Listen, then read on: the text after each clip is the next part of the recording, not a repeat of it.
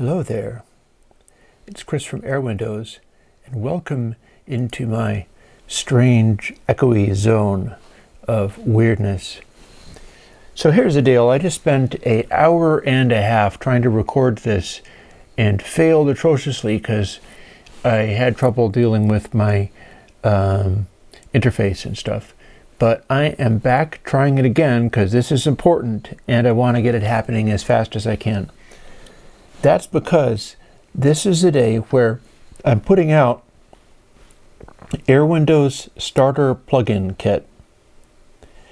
This is for if you're overwhelmed by the number of plugins that I've made, as in over 200, and can't get your way around them, or if you've never heard of this stuff before and think it's interesting, or if you like open source or free plugins to use, or if you're maybe one of the people who's discovered like the 90-day free trial of Logic that Apple has just done in benefit of coronavirus sufferers, and are just beginning to do this music thing and wondering, what can I do with music and audio, and how do I do this mix thing?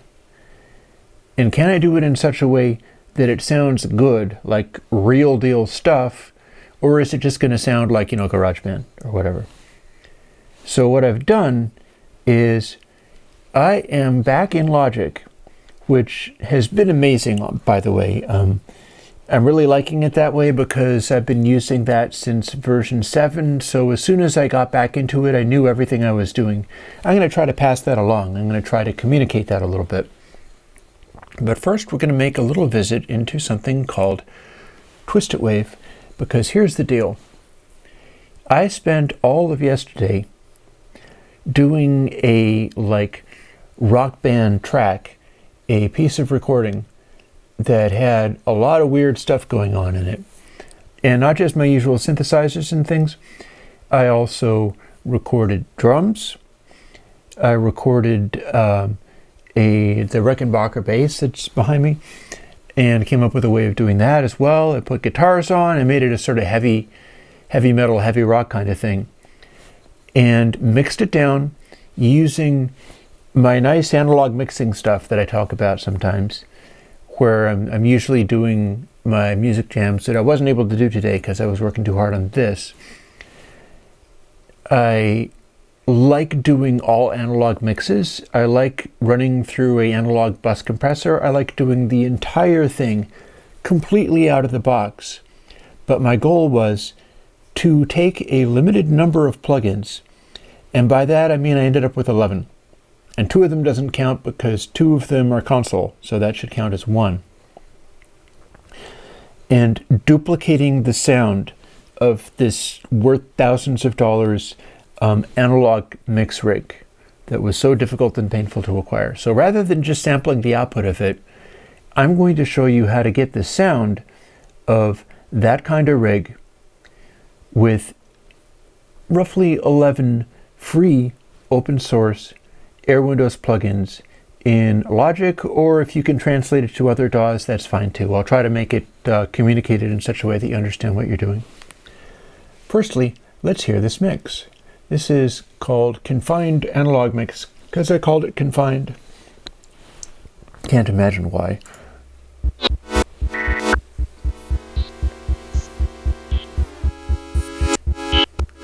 These are some synthesizers. This is the analog mix.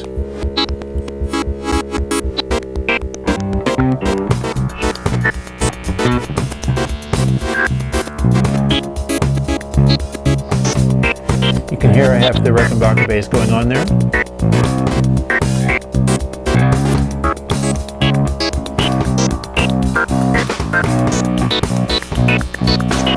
Now my hope is this sounds like the kind of analog goodness thing that you'd want out of a mix.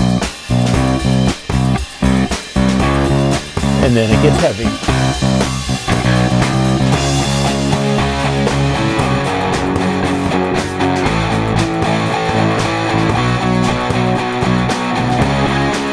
So you're wondering, how close can I get with the digital mix? I will play it.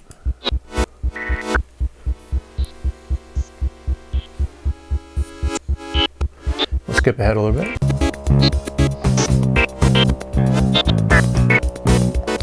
And then when it gets loud.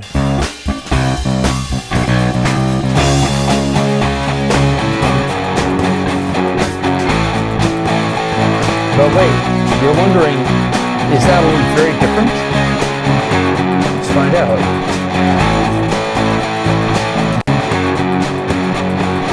There's the analog mix.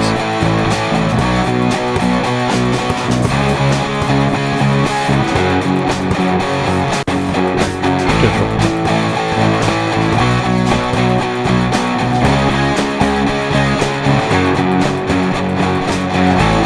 Back to the analog.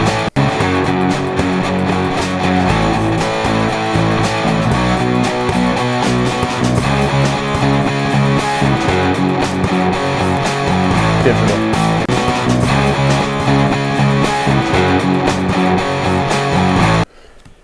So here's the thing. I don't think that is exactly perfectly identical to the analog mix, but in my opinion, I got it into the ballpark where the one is not worse than the other. And a lot of stuff went into that, and I'm about to tell you exactly what I did, why, and how you can do it for yourself. So bear with me. I'll go back to, because we're going to stop listening to this analog mix momentarily, but we'll throw in a couple of little things, like see that little spike down there? That's some kind of drum fill or whatever. So let's listen to that being played through in both versions. This is the digital one.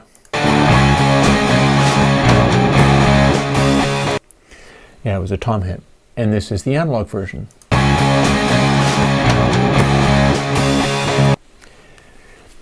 We're basically in the zone there, so let's quit out of Twisted Wave. Back into our Hall of Mirrors here, this being OBS, and we're going to go into Logic and start explaining how this is done. First of all, let's take a moment and have a look at what our plugins are. For instance, there is Purest Gain on the first track, Clean Bass. You'll notice that it is inverted. That's what the I means, it's phase flipped. And I'm going to scroll down here, past all these other things, into audio units. Normally the Airwindows category is a million kabillion plugins. It's a list that's 200 things long. Not this time. There's just 11 things here, and I'm going to tell you what all of them are. Baxandall is an EQ. Capacitor is also a kind of EQ. Clip only is a really good, really simple clipper. In fact, I can show you these things. Let me do that. So let's pick a random location. Baxandall. Baxandall is treble and bass and output. That is a very basic, approachable EQ where it's just make it brighter, make it darker, make it bassier. It's very approachable. It's very easy to relate to. Capacitor is similar, but it's similar but different. This one, you trap in mid-range stuff. You can roll off highs with this low pass, and you can roll off lows with the high pass. That's what that one is for. So capacitor is sort of sharper edged in terms of the curves that it does. It acts kind of like a synthesizer or one of those DJ isolator things. And that's for when you want to like whack all of the treble away or something like that off of some kind of sound.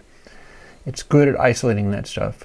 Clip only is the first of your controlless plugins.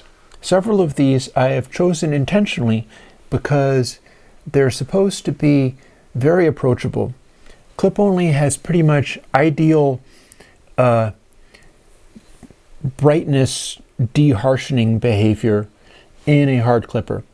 So basically what you do is you throw this on your output before you capture the audio, and then you can go into it louder, and all that's going to happen is it's going to clip the peaks, but it's going to clip them in a nice way where bright stuff doesn't get harsh on you. That's its whole purpose for existence, and it is perhaps the best arrangement of that, possibly even better than 80 Clip 4, because 80 Clip 4 has many complicated things, but this one has its one thing refined down to a perfect detail. It is really very well fine-tuned. de-bass is a de-esser, and there's a whole video on this one. I'm not going to spend time getting into it, but if you have vocals and need them to be de-essed, this is a very good tool for doing that. Doesn't mean that it's super easy to use, and it can be used for other things as well, but they're a little beyond the scope of this discussion. So basically, if you need to have vocals not be essy, this is the tool you'll need, and nothing else will really suffice. That's why that one is there. To go beyond that, focus is going to enter into our discussion as well. This is like a sort of distortion thing, but it emphasizes mid-range frequencies, either lots of mid-range frequencies or very narrowly focused down to just what catches the ear most. It's designed to hit the area where your ear is most sensitive, so it lets stuff poke out of the mix in 5 different ways.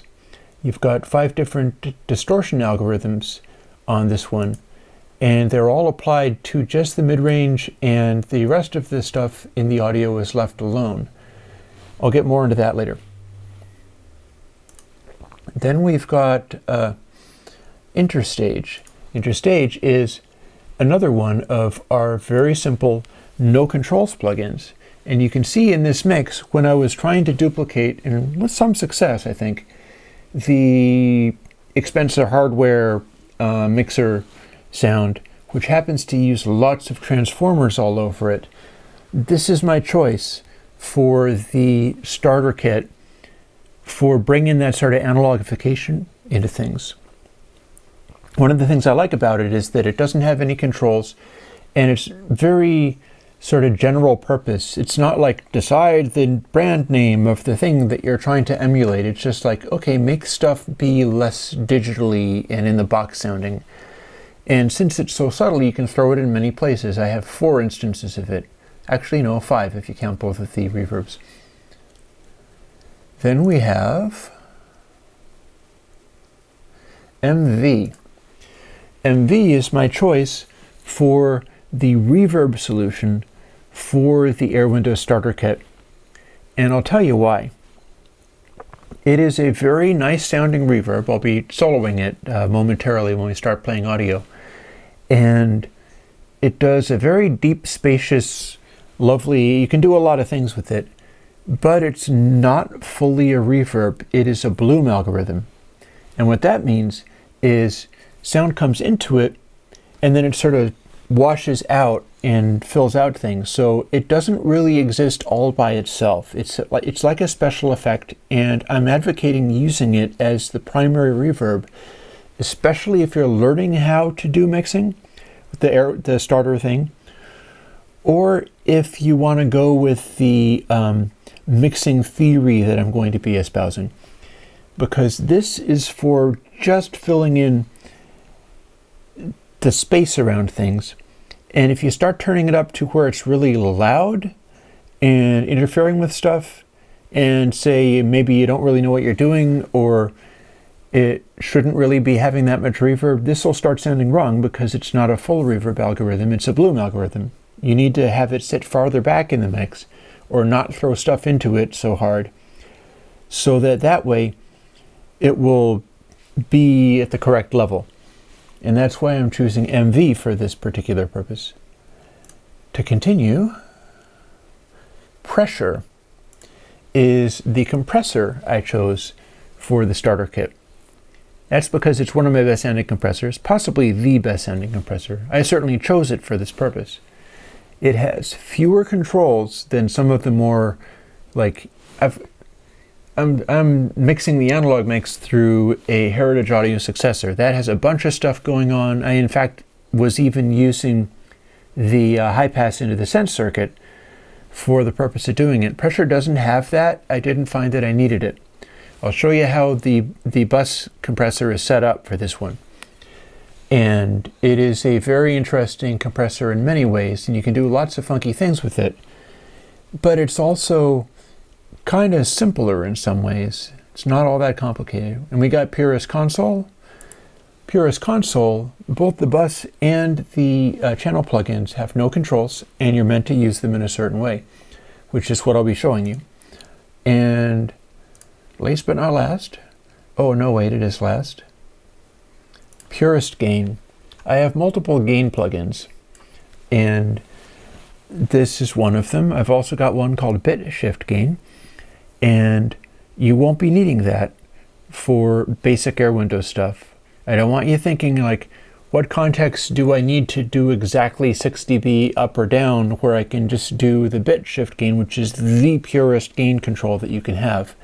Instead, you should be using this.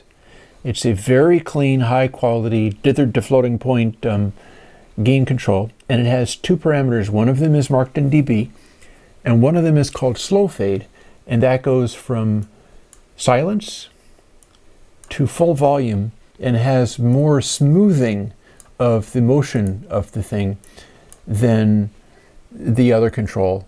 It more effectively removes zipper noise from moving things. And you might not know what zipper noise is, but it's one of those digital audio workstation things that one might run into. And that is it. That's what you should start with if you're getting introduced to Airwindows plugins, or if you're trying to put together one of these mixes. You might have heard people talking about console and so on, and not being able to figure out how it works, figuring that it was a very complicated thing. It's not as complicated as you'd think. I will show you how that goes on. Firstly, let's scroll back, and we are now in the digital mix, obviously, and this is what that sounds like.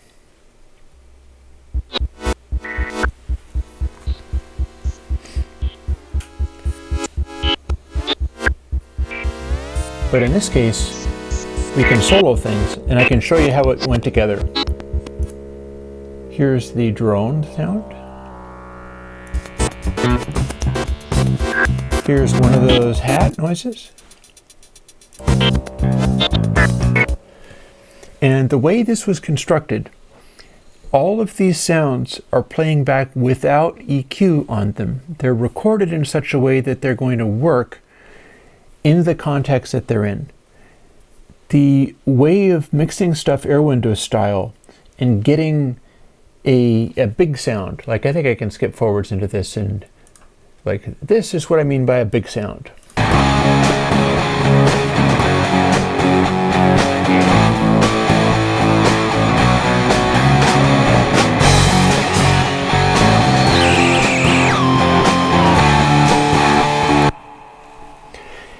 I call that a pretty big sound. Although interestingly, you can't have everything be big all the time everywhere. Certain sounds like that, the drums for instance, are very uncompressed and unsquished. They are just providing impact onto other things because it's the guitars that sort of fill in the space and general size of everything. And then I got the reverbs in there being the depth and distance of everything. So let's start going through some of this and showing how it's constructed. Firstly, let's talk about basses. I have two basses in here, clean bass and dirt bass.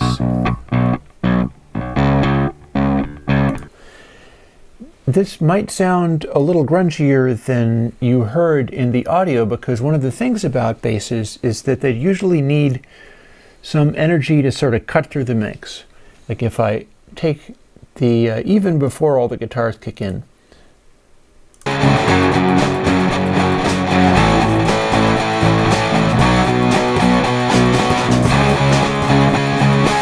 Some of those sounds are blending with the guitars, but if you took out the dirt section, actually that's solo with the dirt section.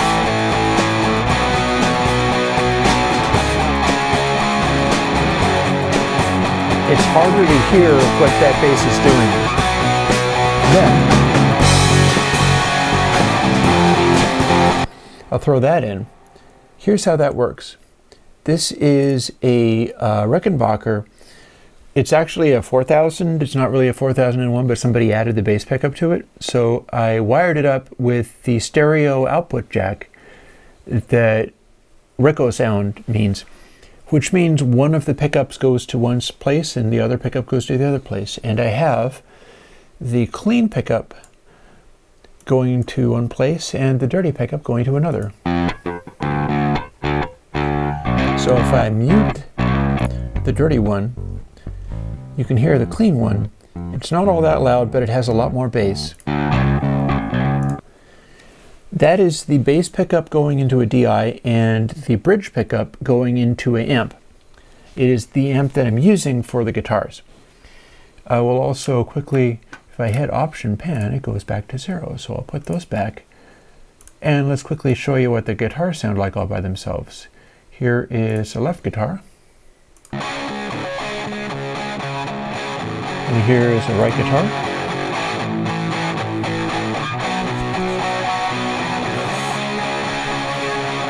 And then a center guitar. And then that dirty bass. And then finally the clean DI.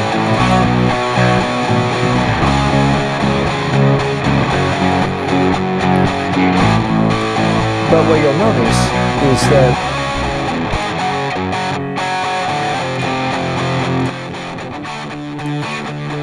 that is not the bassiest sound all by itself. A lot of the lows are being carried by the bass. The whole scope and size of everything doesn't have to be in every single track. That's a really important thing to learn. Like I can isolate the left guitar here, put it in the center, and doesn't sound all that huge. And that's because it is it's a guitar which is this sort of weird Les Paul variation that I've got, and it's going through a color sound, the bright orange stomp box, and also through a Devi Ever pedal for a little additional grunt into a Mir Epiphone Valve Junior amp and a small cabinet with a single 12-inch speaker and one of my Airwindows style SM57s miking it. It's not miking it straight on, it's miking the edge of the cone at an angle so that it doesn't get too bright and gnarly, and the result sounds like this. But you'll note there is no EQ in this at all. That is just what's coming off the mic. And all by itself it sounds a little small unless you do something like add a bass in there so that it sounds a little deeper. Or if we double it, and then it'll sound a little deeper as well. Or if we add the bass, which is also going through the same amp,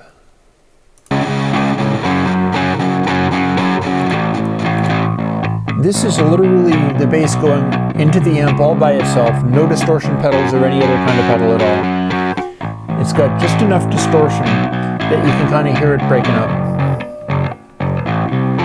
And it's for having that skronk, that attack on it. Now, one thing that people often do when they're trying to do this kind of thing is you record like a clean bass, like this, and then you try to put plugins in to make the other stuff happen. Try to make it become this with just plugins. That is not how I'm doing this. The way I'm getting the big sound, like the full-on... Oh, also there's one little detail. Notice how this is inverted? I'll show you why. Because if I flip the phase, it'll sound a little different. And I felt that the way the phase was organized, if I flipped the clean bass, then it reinforced enough of the lows and mid-range rather than making a sort of cancellation suck out in there. But in order to get sort of the big sound out of this, like the analog desk, it's not that I'm doing lots of processing to individual tracks. Often those stay by themselves. They are done the way that they were recorded. It's the geometry, you know, the topology of how this is all put together, which I'm about to show you. And the end result, of course, we're going for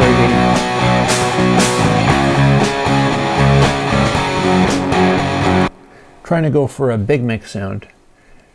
And that gets us into the console system and the way that these buses are arranged. So I'll start showing you that now. There's a gain control, which needs to go before Purist Console. Like you can see here that these individual tracks are like -4 dB, or you know, this one, the disc drone, is like 20 dB down, and it's this noise.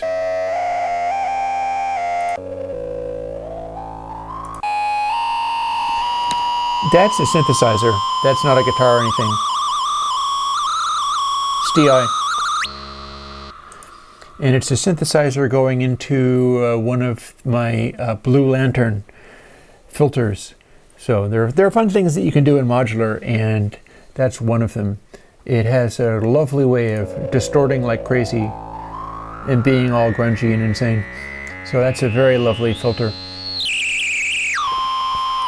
But that's 20 dB down, because if it was full volume, it would be really overbearing.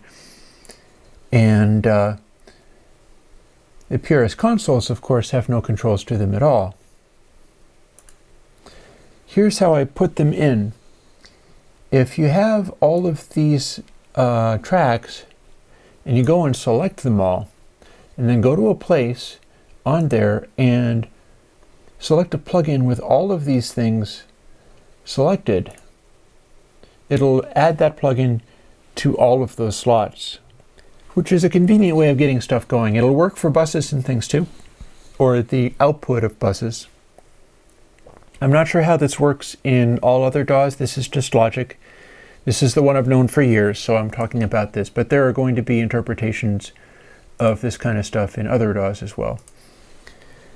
You can see these are all going to bus 3, and that is because you can also see that it's mostly LCR mixing, left, center, or right, with one exception, and that's the kick drum, and that's because it has to work with the left-right drums. I'll be showing you the drum a little bit as well, especially when I start showing off how pressure works.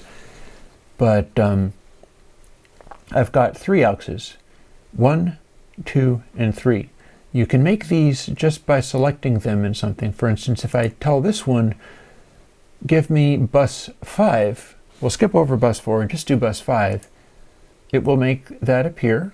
It's actually made it AUX 4, but it's taking in bus 5, automatically shows up, and we are now driving into that, and that is going to stereo out, which we're not listening to at the moment because this is going to output 17 and 18. When you do that, you're going through these plugins to that output, and that's how my audio is routed. We can change this output also to go to output 7 and 18 if we want, which means that extra thing just went away. Or we could be even wackier and call it output 19 and 20, and now we have that showing up in Logic as well.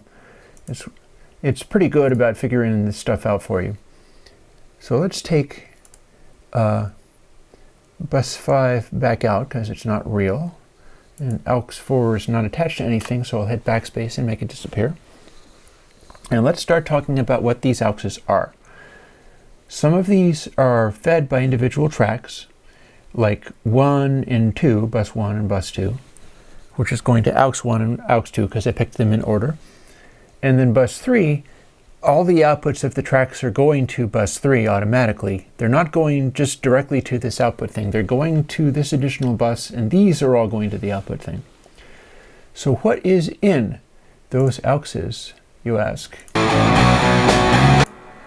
Here's one. This is AUX 1.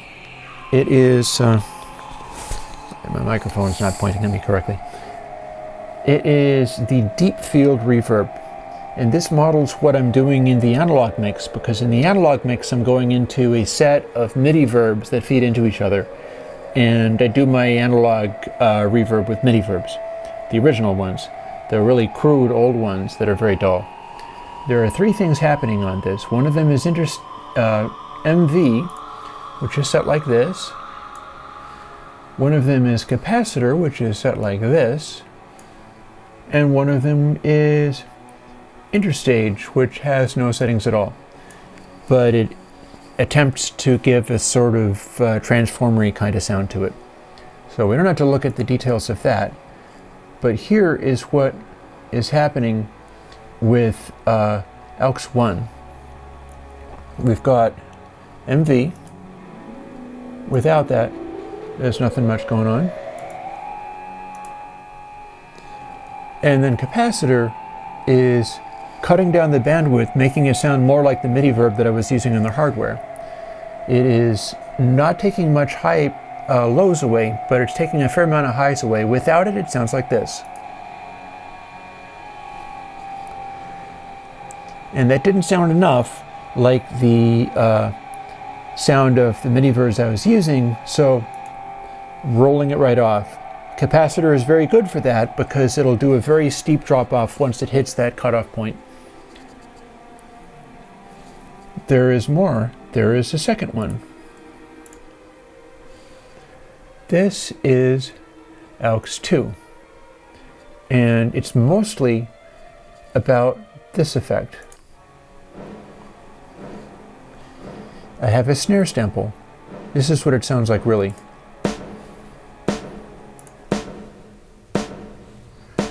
Actually, I'm getting the reverb anyhow, unless I shut it off.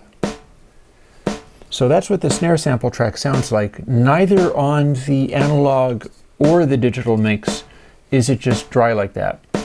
Instead, it's going into a reverb. And the reverb sounds like this. I think the reason it's doing that is because we're still hearing these AUXs, because this solo is applying to the tracks only. But we can mute the AUX, and then we're listening to just that sound again. This is a snare sample. It's reinforcing the drum kit. It's at a fairly quiet level, and the way that it works is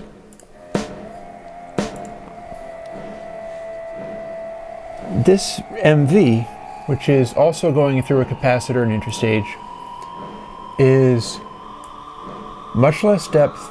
It's maybe a little brighter, less regeneration, smaller, and it's meant to be a sort of roomy sound, but it's not like purely a reverb because it's just a Bloom algorithm.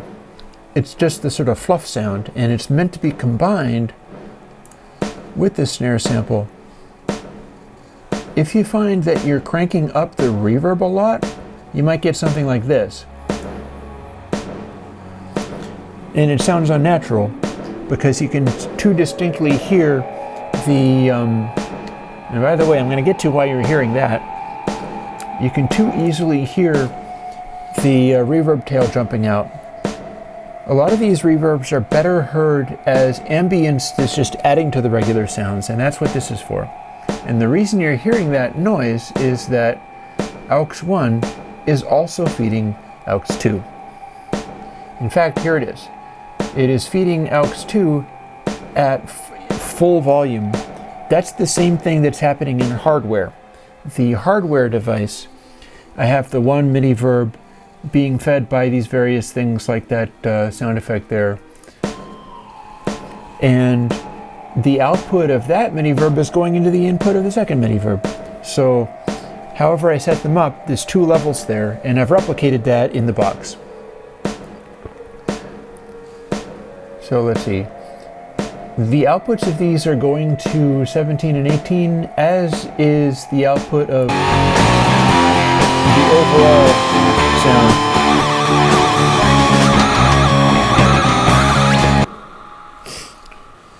It is going through pressure. I've got pressure set up like this. It's not a lot of compression and not a lot of speed. The very setting is fairly high. And the whole purpose of this is to basically simulate what the analog compressor was sounding like. It doesn't mean you have to use these settings. In fact, you can do wild and crazy things such as take this, kill the output gain for instance, or kill the output gain a little bit,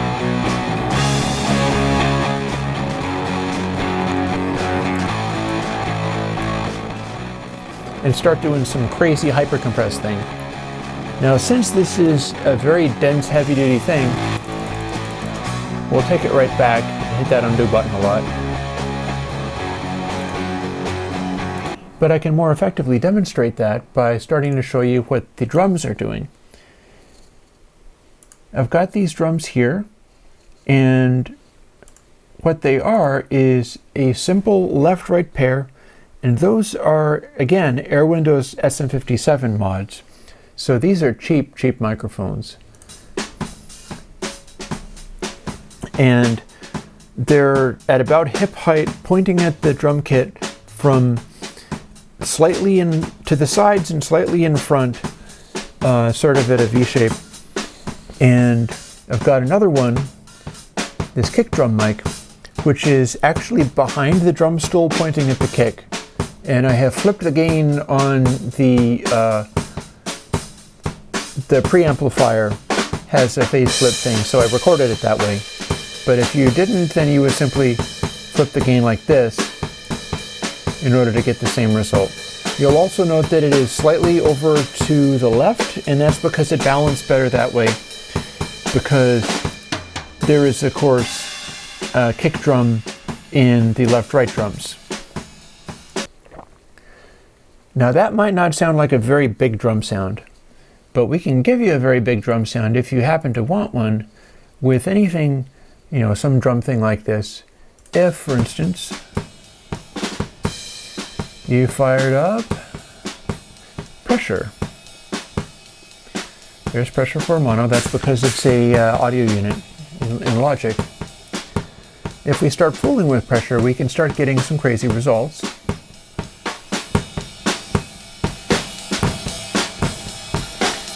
That's a little bigger.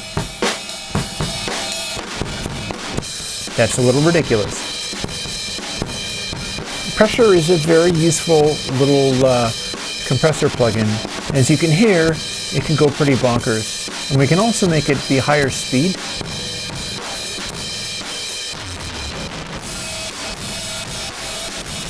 For complete and total meltdown.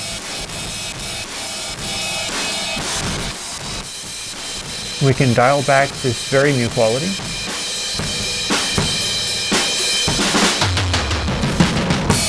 For a kind of brutal limitery-like sound. And pull that back a little bit. And we could have that going on in the song.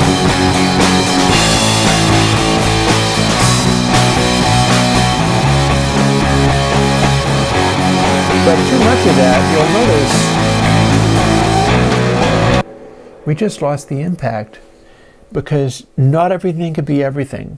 You can have stuff that's very saturated, very distorted, very compressed, but when you start doing that too much, you find that your raw sound, very amazing, very impressive, and when you kick in the rest of the song, where'd it go? Where'd it go? It's gone. We switch it off.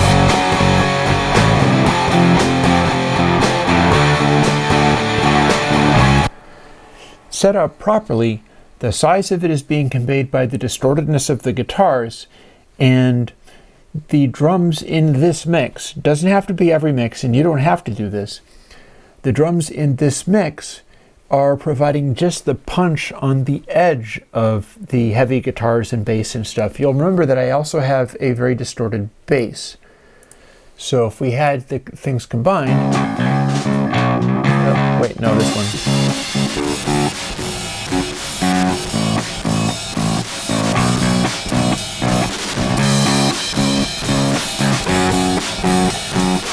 We can do crazy heavy sounds like this, but you'll notice that the drum's getting buried by the bass. And then if we turn it right off, there's no longer that heaviness. We can put this away. But we have a lot of dynamic punch on it. And we end up getting all of our punch and heaviness off of its wall of guitars, off of that synthesizer distorting in the background, various other ways. And this is how we go about doing this kind of thing. And that's just the decisions that I made. That's just this particular answer to how to frame a mix. Point being, This was me trying to duplicate an analog mix with 11 Airwindows plugins that are free and open source, I will add. And how I went about doing that. I just showed you some auxes. These are my reverbs and how I arranged those. I showed you that you can load things like Purist Console on all of the channels, even if you don't have them built into a template. Templates are good. You can load them all up by having everything selected. And then we've got this additional aux, which is doing the compression. And I showed you a little bit about how that's constructed. It's not compressing very hard. It didn't have to compress very hard to match what my bus comp was doing, because the bus comp has controls like ratio, and it was at a 4:1 setting, and it's not hitting all that terribly hard. Pressure is very different and has a very wide range of settings. So in order to get it to behave like a polite bus comp, it's turned way, way down compared to what you were hearing on the drums. And then we go through interstage on both sides of it, because the analog compressor is actually has input transformer and an output transformer to go back into the mixing desk, which itself has transformers on its gain stages all over the place. And it's just transformers all over the place. So we've got 1, 2, 3, 4, 5 copies of interstage. They don't have to be on the individual tracks, but I've got them on both of the reverbs just because I wanted to have that going on. I've got 2 of them surrounding the compressor just because I wanted a little more of that effect, and I've got one of them after the Purist Console stage. Clip Only is here to catch any extra stuff coming out of interstage, because it's possible for interstage to boost some stray transients and things coming through. Like if something is maxed out and you throw interstage on, it might go a little above 0. And then I have monitoring. Let me run you quickly through some of the things that monitoring does, because that's one of the most important plugins in the Airwindows Starter Kit. A lot of these things, like Clip Only for instance, that basically saves you from clipping. You can smash into it if you want to for loudness. I'm not doing that, but you can. And it is a very good sounding clipper that resists glariness and harshness in the treble. Monitoring has a lot of stuff going on, like this. So I'll run you quickly through what these do.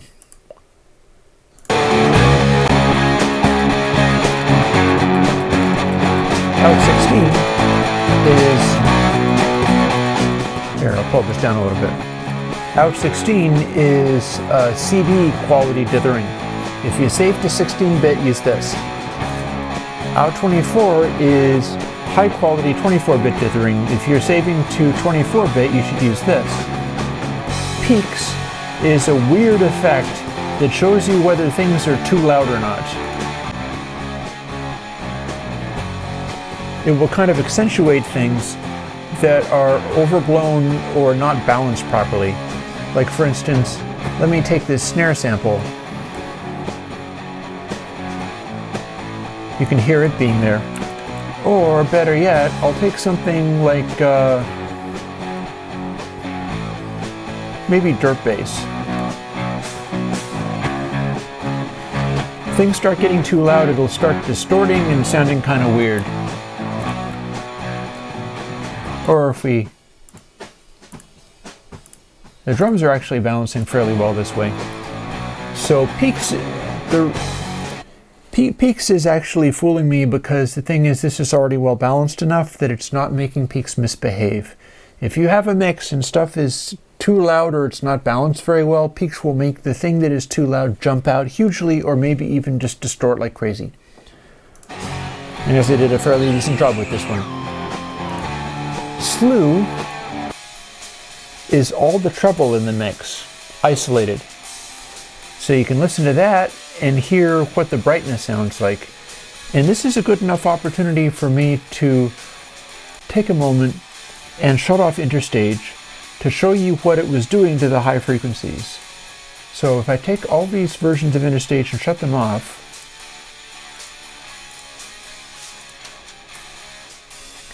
it starts to sound maybe a little bit more like digital stuff. especially if I turn it up. Maybe a little artificial, maybe a little DAW-like. If I put it back,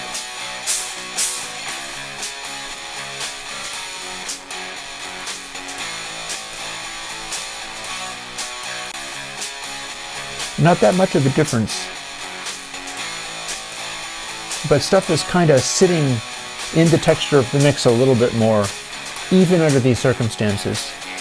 And then we have the opposite, subs. Subs is showing you what the lows of the mix sound like. And they're supposed to be fairly well balanced so that if you like shut it off, the overall loudness of all these things should be fairly comparable. Like highs not tearing your head off, subs still sitting there being fairly well balanced. If we take this clean bass out, even though it doesn't sound all that loud by itself, all of a sudden a lot went away because that clean bass track was bringing a lot to the deep lows. And you can hear that when you engage subs. That's what subs in monitoring does. You can also hear that the kick is not going whump, whump, whump all the time, but we could make it. And if your kick was too loud, not that this is really all that much too loud, but you can definitely hear it now. And then if we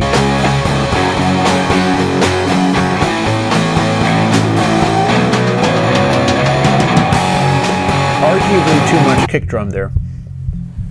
So we'll option click here to put that back. Put that bass in there because that's giving the lows of this mix, and you don't necessarily know it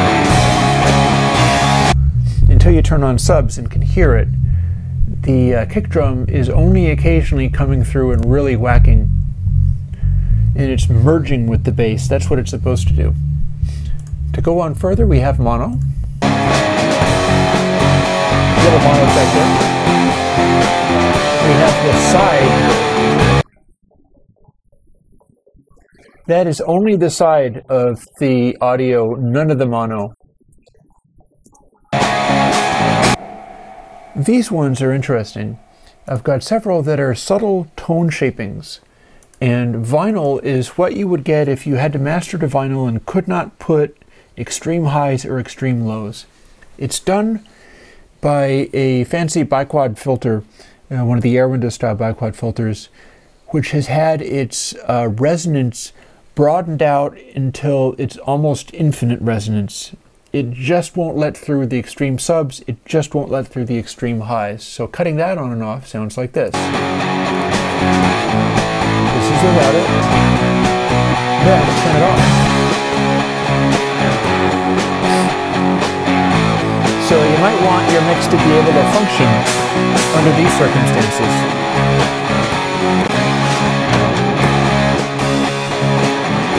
Also note that the lows of the bass went away a little bit. Then we have ORAT. ORAT is like the sound of cheap mix check speakers like Oratones. It's not an exact model, but it's roughly the bandwidth. So you're mostly losing a lot of bass, you're also losing a little bit more in the highs, and it becomes very mid-rangey. If your sound doesn't balance in this, you got the wrong, like excessive mid-range stuff going on. Like we can easily make the guitars sound overbearing this way. And if you didn't have that on, you could be fooled. But you turn ORAT on, and all of a sudden all you can hear is the guitar. So we'll put it back. Plus there's more. These types of speakers are normally used as mono mix checks. And if you are listening in mono on your stereo speakers, that's two speakers combining in the room. That's not really the same thing as having a mono mix check. So we have additional settings, mono rat and mono lat. And that is the ORAT setting on only one side. And it's a mono mix run into only the one side. So this is literally your mono mix check setting. You put it on this if you really want to know what it would sound like going through one of those little Orotone speakers, and it's a single one sitting somewhere else in the room. It's like your clock radio check, and you can get a quick notion of how things are working for you under those circumstances. Then we can go even worse. Let's play as if it was sounding coming from a cell phone. Pretty terrible. But it's so monitoring gives you the chance to check that out. And then we have a set of other settings. Cans are an increasing level of settings that are meant to help you hear what it would sound like over speakers in headphones, but they're not quite the same as other people's approaches to that. Some people really like them, some people not so much. If you really need a particular brand of speaker emulation in headphones, you should get that one. This is designed to be more approachable. Like I'll show Cans D, which is a very exaggerated setting, and I'll cut it on in the middle of playing it. Turn monitor Cans D on.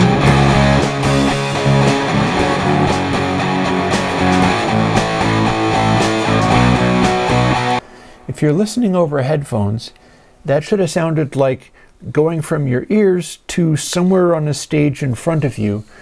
The bass is centered slightly, and there is a delayed and actually all-pass filtered feed through from each channel to the opposite one, all for the purpose of giving you a little bit more ambience. It's actually the same function as what's in Peaks. Peaks is also using all passes. And you can tell with Peaks that punchy sounds that can get past you in headphones, you turn on Peaks and they're blurred out, they're spread in a way where you can hear how loud the transients are more than you would if it was just over headphones. You don't have acoustics around you to show you what the loudness of the transient impacts are. If it's on headphones and you're only listening through that, the hottest transients can get right past you because your ears shut down for an instant as they hit. So headphones can be deeply deceptive. And Peaks is capable of fixing that, but you know, Cans also does some of that.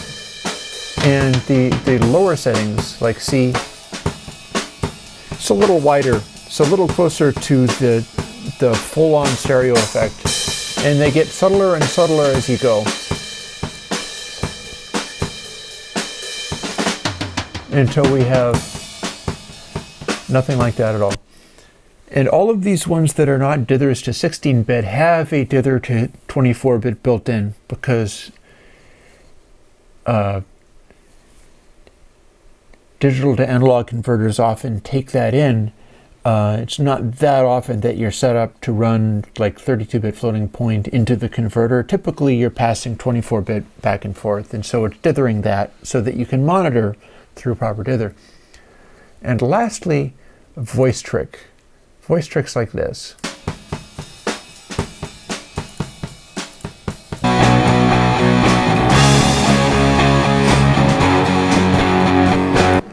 There's definitely a trick to that. What you're hearing in voice trick is it's a mono signal, not stereo. It's being played through both channels, but one of the channels is phase flipped. So what you're meant to do is, in voice trick, it's for if you were singing into a microphone while listening to sound over the speakers, not in headphones, because some people perform better without having headphones on. Like I've got headphones buried in my ears right now, so I can only hear myself through the very faintly delayed recording. It's not enough to screw me up, but if you perform better without headphones on, listening to speakers in the room, Voice Trick is for that purpose.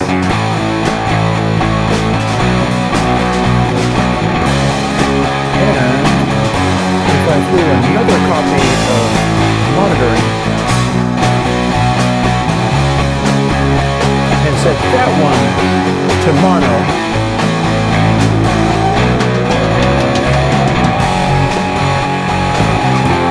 oh wait, I had to shut off. Here, tell you what, it works better if you turn it on. There we go. So that's Voice Trick. I'm not sure how well I was demonstrating things like cans. I think I just shut it off as I was talking about cans. So this is Voice Trick, really. And if we sum it to mono,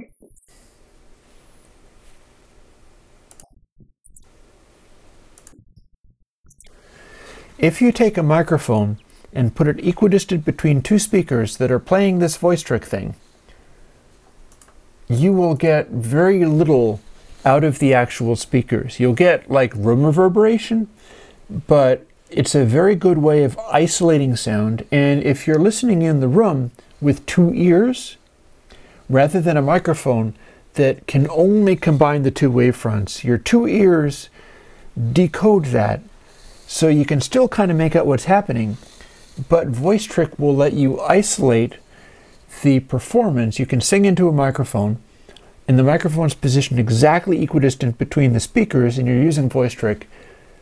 That will give you less of the speaker sound in the mic, even if it's already pointing away from the speakers and it's like a cardioid mic or something like that. And that is monitoring for you. So I'm going very late with all of this, but I've had a lot to talk about. Here is the final trick. I think I showed you a little of pressure, the compressor that I chose for the starter kit, and some of the things that it can do, for instance, on the drums. I showed you, or I can show you, focus, and let me do that. Because I don't have it used in this because the original mix did not use focus. In fact, what I can do is I can walk through all of these a little bit. Like, here is the center guitar.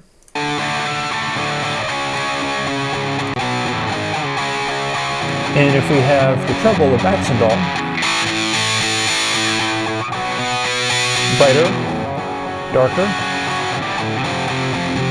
bassier, less bassy. By contrast, capacitor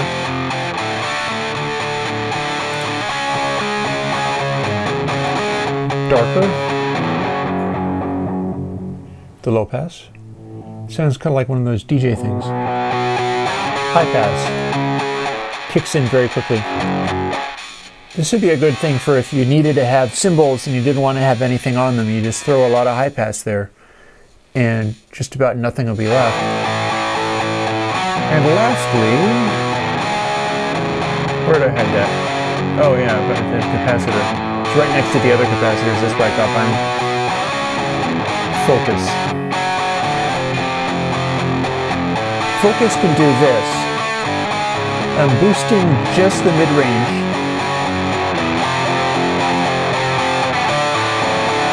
Can bring stuff up forward for you so you can hear it. It'll pop right out of the mix.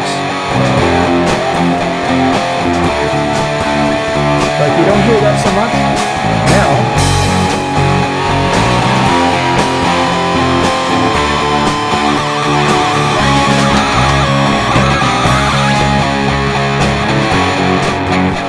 Or the dry rubber.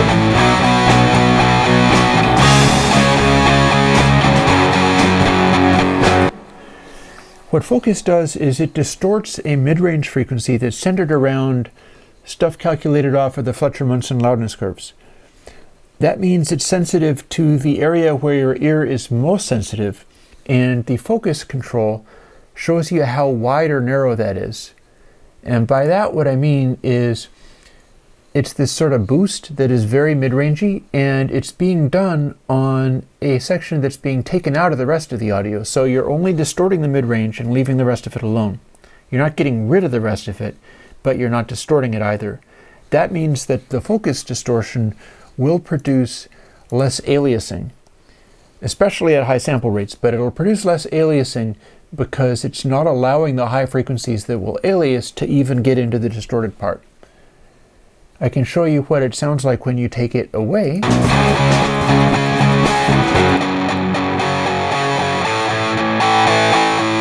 adding it. But output is just only the distorted part. So you can balance it against dry, or you can take it away completely. And this will show you what the focus area is about. Like, set it to very low, and the distorted area is almost everything. Set it higher, and almost everything is still there. But you can still boost it.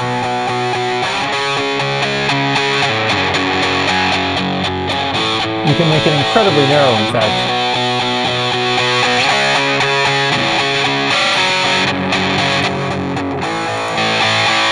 That's focus. We have several different distortion algorithms for it.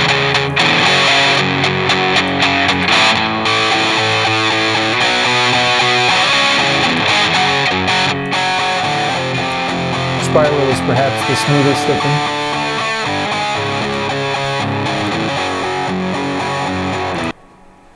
And here's a final trick before I get out of your way, because I'm doing this long video.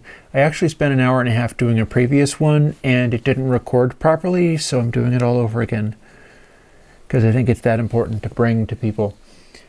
Here's a final trick. You know how I said that I was mimicking, and I put up on SoundCloud the analog mix and my digital mix to try to illustrate how close I can get with these 11 plugins, this basic Airwindows kit, beginner Airwindows kit that doesn't have all that other stuff in there. You can get those things one at a time if you want. Go and look at them on the Airwindows website and download just that one.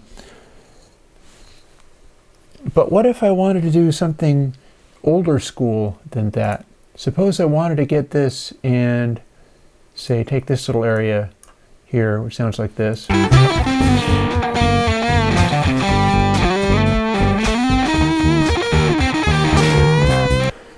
And I wanted to make it sound like sort of old 60s Beatles tube console. I have a way to do that with this set of plugins. And I'll leave everything else alone, although I suppose I could get rid of the pressure, but I'm going to leave that there too, so that I can show you just only the final point.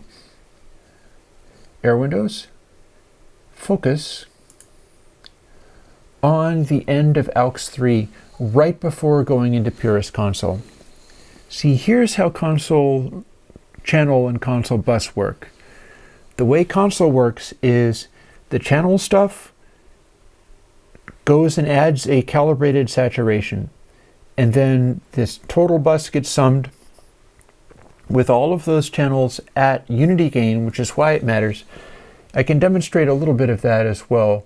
Shut focus off, turn on, say, snare sample, and here's what happens when you are not doing it properly. If you have a sample like this and you're boosting gain in the fader after Purist Console, it's louder, but it's also a little spikier. This is not just a scaling up of volume. It's adding a little more transient bang, like, you know, going through a DBX decoder. Whereas if I take it and turn it down, like I was padding it, we're getting a slightly more distorted sound than we need. None of this is quite the same as just using, say, the gain control and padding it before going into Purist Console. You're meant to do it at this point rather than after the processing. You can hear that has a little more punch to it, whereas If we cut it back on this, it's a little too distorted. It's not working quite the way it's designed.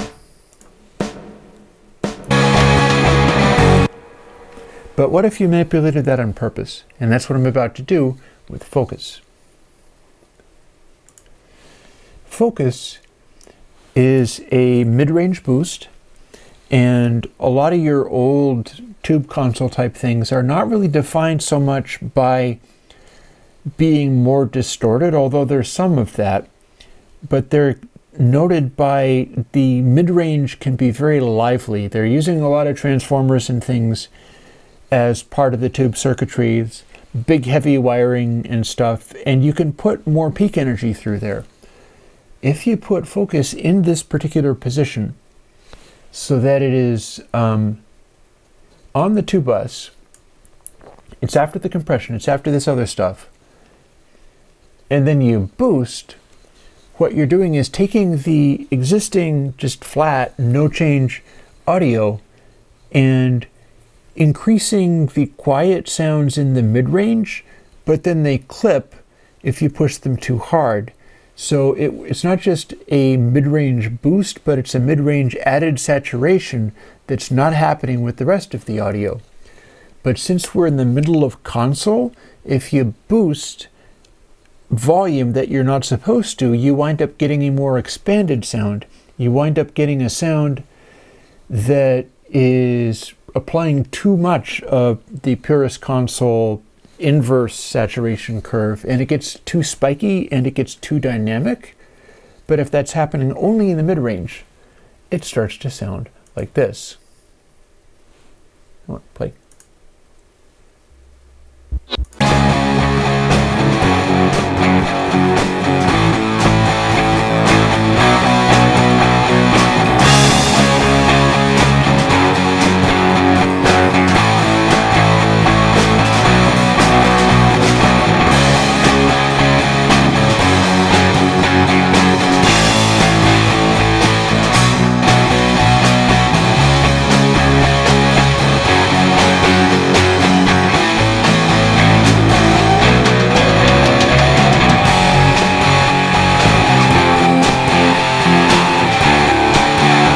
Show it out by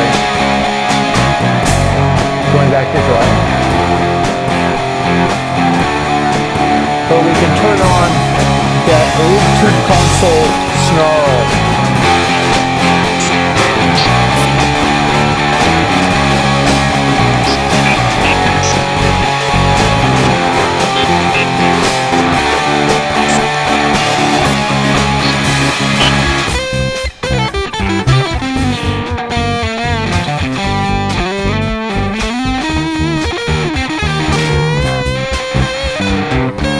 Again, this is a dry.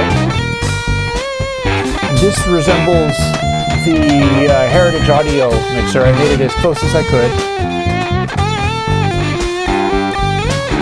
But then if you wanted to have a little bit more 60s hot tube mojo,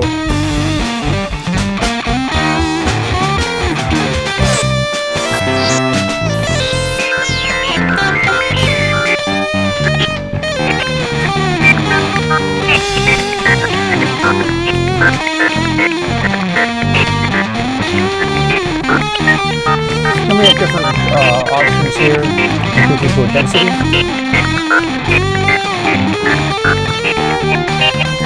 So if we want a real distorting, we can do drive.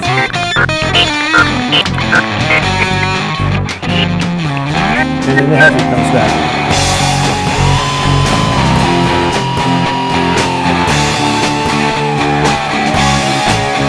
And then back to the timer.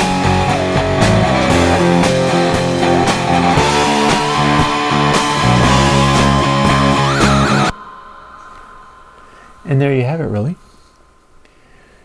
The Airwindows Starter Kit for Airwindows plugins.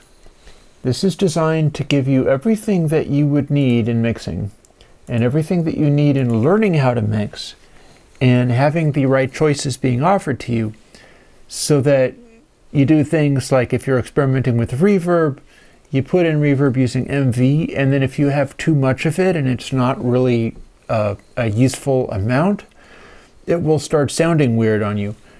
You'll have filters like capacitor and Baxandall. Baxandall is very friendly and easy to learn and work with, and capacitor is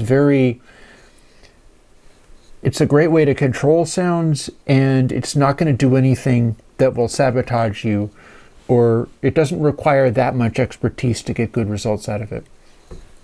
So this is the Airwindows Starter Kit, and these are all free plugins. They're open source, because this entire operation and all of Airwindows and the over 200 plugins that I have made up to this point, of which these are selected from, are supported by Patreon. And, you know, when all of this virus stuff started going on, I spent a little while going, guys, save yourselves. If you need to drop off of my Patreon, then please do so with my blessing, and I'm totally going to be fine. Look, I have this fancy mixing board that I'm, well, now learning how to do plugins to rival.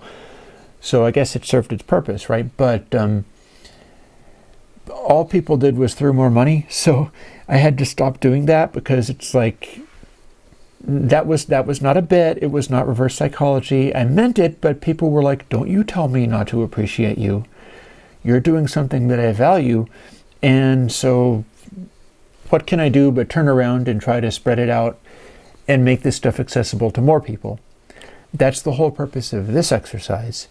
Is the starter kit is so that you don't have to dig through all of those plugins and try to figure out how they work and which ones are like weird experiments and which ones are really, you know, bread and butter building block plugins. I've just done that for you. These are the ones you should start with, in my opinion. Especially if you're not really very familiar at mixing. I think you can do many things, but these are going to be friendly and work with you very well. I think the basic arrangement of it is, like you have your channels and set it up with buses. You can go into the buses, you might have compression or something, and the channels go through whatever lives on the buses, like reverbs and stuff. And I've got a compressor in there as well. It's the same deal as with the fader. It's like, if you're going to make stuff be much louder or much quieter by what you have on the bus, you shouldn't be doing it there. But interstate doesn't change volume hardly at all, and pressure in this case is not doing much. It's changing the volume very little. It's just applying that subtle bus compression thing going on.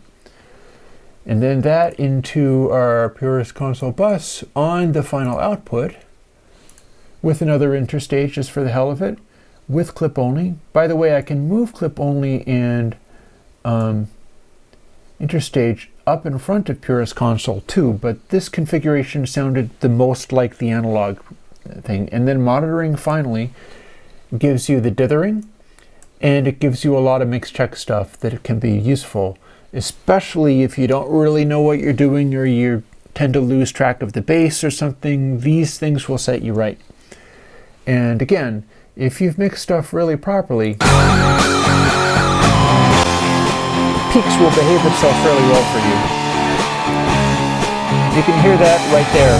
Like, everything is basically still there at about the levels it was supposed to be.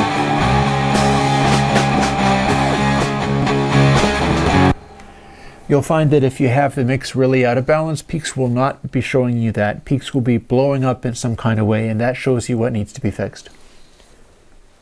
All of these things should do a pretty good job of setting you up with useful mixing, and will serve as a good introduction to the Airwindows mix system and the whole wild and woolly world of Airwindows plugins. If you like what you can do with these, and I'd put them up against anybody as far as getting great digital mixes, because it's not always about duplicating analog hardware. It's about using what you got out of the analog hardware, like glue, like having stuff not be too like bright and gritty and too hyper detailed and stuff.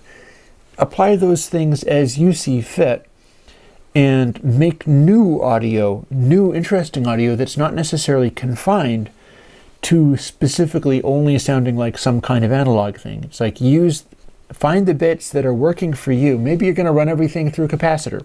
The entire mix goes through capacitor and you roll off a little bit of the highs because you're Brian Eno, so all of your sound needs to be kind of muted. You can do that, and I can show you what it would sound like, because all of these plugins, I wouldn't necessarily call it mastering grade, but you can use them in all contexts. So if you decided to take your entire mix and run it through a capacitor, you would wind up doing something like this. And maybe you want it to be really dark. All that kind of stuff. Who is to say what is right or wrong?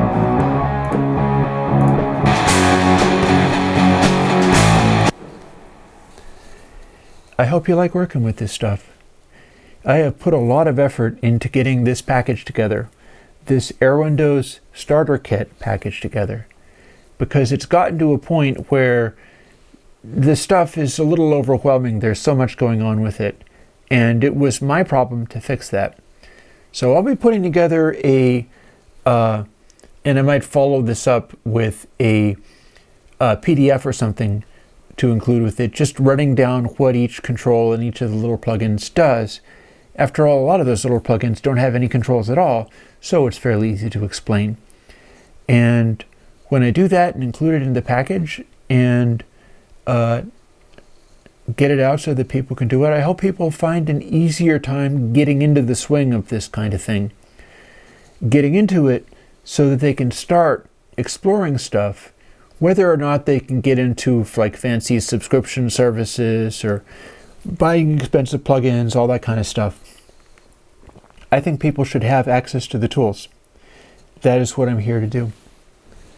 So on that note, let me switch back to my crazy OBS multi-viewed everything. I've been going at this for such a long time. Why don't I just get silly?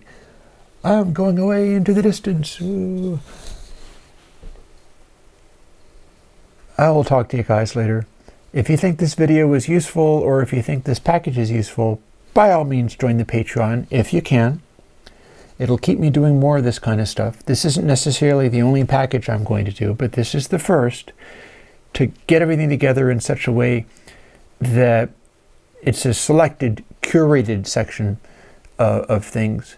You can, as I did, take all the plugins away and put only these ones in and be good to go and have a really wide range of useful things. Like, I think I could mimic just about anything that I wanted to with this particular selection. And you can still download the ones out of the enormous 200 plugin collection of all the other stuff that I've done. Maybe you like some of those things better. You'll notice I didn't include a tape plugin because my mix didn't have tape to go to. But